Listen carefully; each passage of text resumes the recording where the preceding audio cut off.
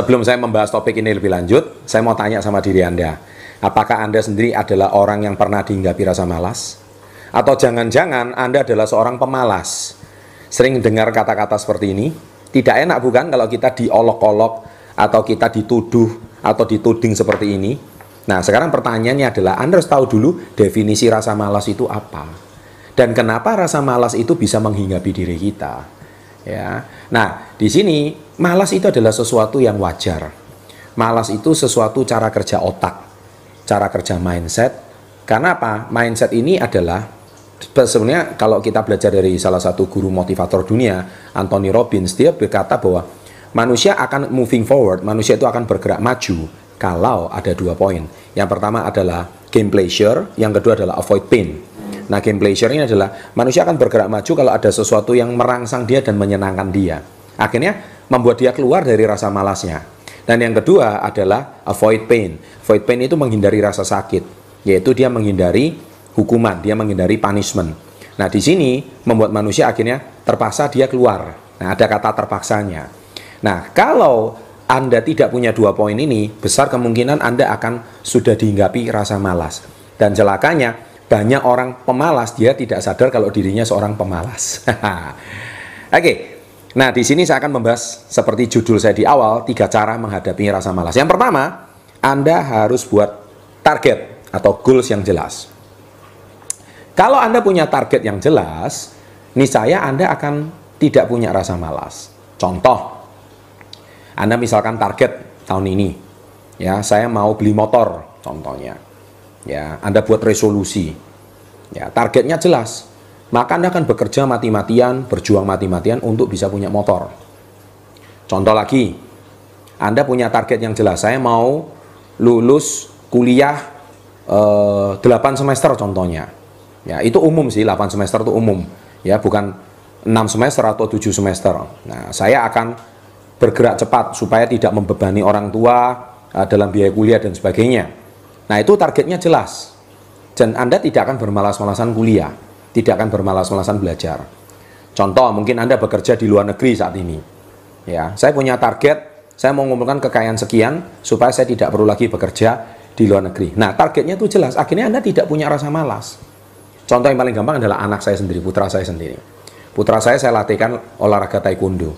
Ya, kalau tidak ada ujian, tidak ada pertandingan, dia latihannya juga ogah-ogahan, biasa-biasa aja, ya kan? Tetapi kalau ada ujian, ada target, ada pertandingan, ada goals, nah dia latihannya akan semakin rajin.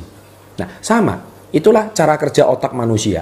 Ketika Anda punya target, Anda sedang dirangsang. Contoh yang paling gampang lagi adalah besok kalau Anda mau bangun pagi, ya, Anda mau pergi keluar kota. Biasanya Anda mungkin bangunnya jam 8 siang, jam 9 siang. Tetapi ketika Anda mau bangun pagi karena ada keluar kota, Anda sudah set target yang jelas, besok pagi saya harus bangun jam 5 pagi. Nah, Anda memberikan sebuah message kepada otak Anda, saya harus bangun jam 5 pagi. Nah, secara nggak langsung, pikiran bawah sadar Anda merekam bahwa besok pagi ada jam 5. Nah, goalnya jelas, targetnya jelas. Nah, akhirnya Anda bisa bangun tepat sebelum jam 5 mungkin. Ya, atau Anda mungkin bangun pas jam 5. Nah, beda sama kalau Anda targetnya nggak jelas. Contoh, saya berusaha bangun pagi besok. Atau saya akan membuat target, pokoknya saya pengen bangun pagi. Nah, itu nggak jelas, karena message-nya nggak jelas. Nah, kalau target itu harus buat dengan jelas. Ada angkanya, ada kapannya. Ya, saya nggak akan bahas di sini. Anda silakan tonton video yang lain. Intinya, Anda harus buat target yang jelas. Nih saya, rasa malas Anda akan hilang. Ya, besar kemungkinan Anda malas karena nggak punya target. Oke? Nah, yang kedua adalah Anda harus punya yang namanya punishment atau hukuman. Tadi saya sudah bahas di awal. Manusia itu akan belajar kalau besok mau ujian. Itu wajar. Manusia itu akan bergerak kalau dia itu takut dihukum. Manusia akan mentaati peraturan gurunya kalau misalkan dia melakukan pekerjaan ini. Kalau enggak, dia nanti kena panis. Nah, sama juga, Anda besok harus masuk lebih awal. Kalau enggak, Anda dipotong gaji Anda.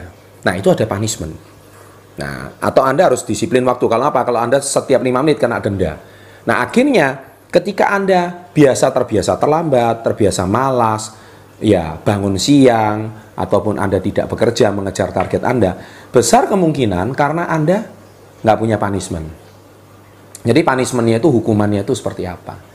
Nah, kalau misalkan Anda sudah tamat sekolah, tamat kerja, tamat kuliah, dan sebagainya, Anda hari ini pasti nggak punya goal lagi.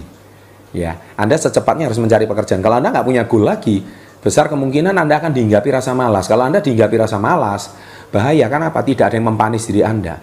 Nah, kalau misalkan hari ini Anda nggak punya orang tua yang mensupport kondisi finansial Anda nggak punya orang tua yang menghidupi Anda, akhirnya mau nggak mau Anda mempanis diri sendiri. Kalau saya nggak bekerja, saya nggak makan, saya nggak hidup. Akhirnya mungkin Anda terpaksa harus bekerja. Kalau nggak bekerja di sini, Anda terpaksa mencari pekerjaan apapun itu asal halal. Intinya Anda akan keluar dari rasa malas. Kenapa? Rasa malas tidak membuat perut Anda kenyang. Rasa malas tidak membuat cicilan rumah Anda jadi lunas. Rasa malas tidak membuat hari ini tabungan Anda bertambah. Rasa malas tidak membuat Anda hari ini pekerjaan Anda menjadi lebih baik. Intinya, rasa malas bukan sebuah solusi. Jadi, karena apa? Anda kurang punishment. Ya, jelas ya. Nah, yang ketiga adalah adanya reward. Nah, reward itu adalah hadiah. Ya, biasanya manusia akan tergerak kalau dia ada hadiah. Contoh, kalau kita seringkali anak-anak, kalau tahun ini kamu lulus, ya pekerjaan, lulus sekolah, mama kasih kamu hadiah jalan-jalan ke Jakarta, contohnya. Atau misalkan, kalau hari ini kamu pekerjaan nilainya bagus, kamu akan bisa makan-makan di restoran. Nah, itu sebuah reward. Nah, ketika sebuah reward, akhirnya Anda mau belajar. Nah, seringkali Anda mungkin rewardnya nggak jelas. Kalau Anda bekerja, rewardnya nggak jelas, besar kemungkinan Anda akan malas. Anda tidak akan melakukan suatu kegiatan yang intinya membuat Anda mau bergerak. Nah, tapi kalau Anda rewardnya itu jelas, hadiahnya jelas, kalau saya bekerja sekian, saya akan dapat sekian, saya bekerja sekian, saya akan dapat sekian, Anda akan mati-matian, Anda akan menstimulasi otak Anda, bagaimana supaya Anda bisa keluar dari zona nyaman Anda, dari zona malas Anda. Akhirnya, Anda akan mendapatkan sesuatu yang baru. Dengan 3 poin dan cara ini saya tidak menjamin Anda keluar dari rasa malas Anda. Tetapi kalau Anda bisa menemukan 3 poin ini tadi yang pertama target yang jelas, yang kedua ada punishment, dan yang ketiga ada reward, saya yakin rasa malas Anda akan jauh berkurang.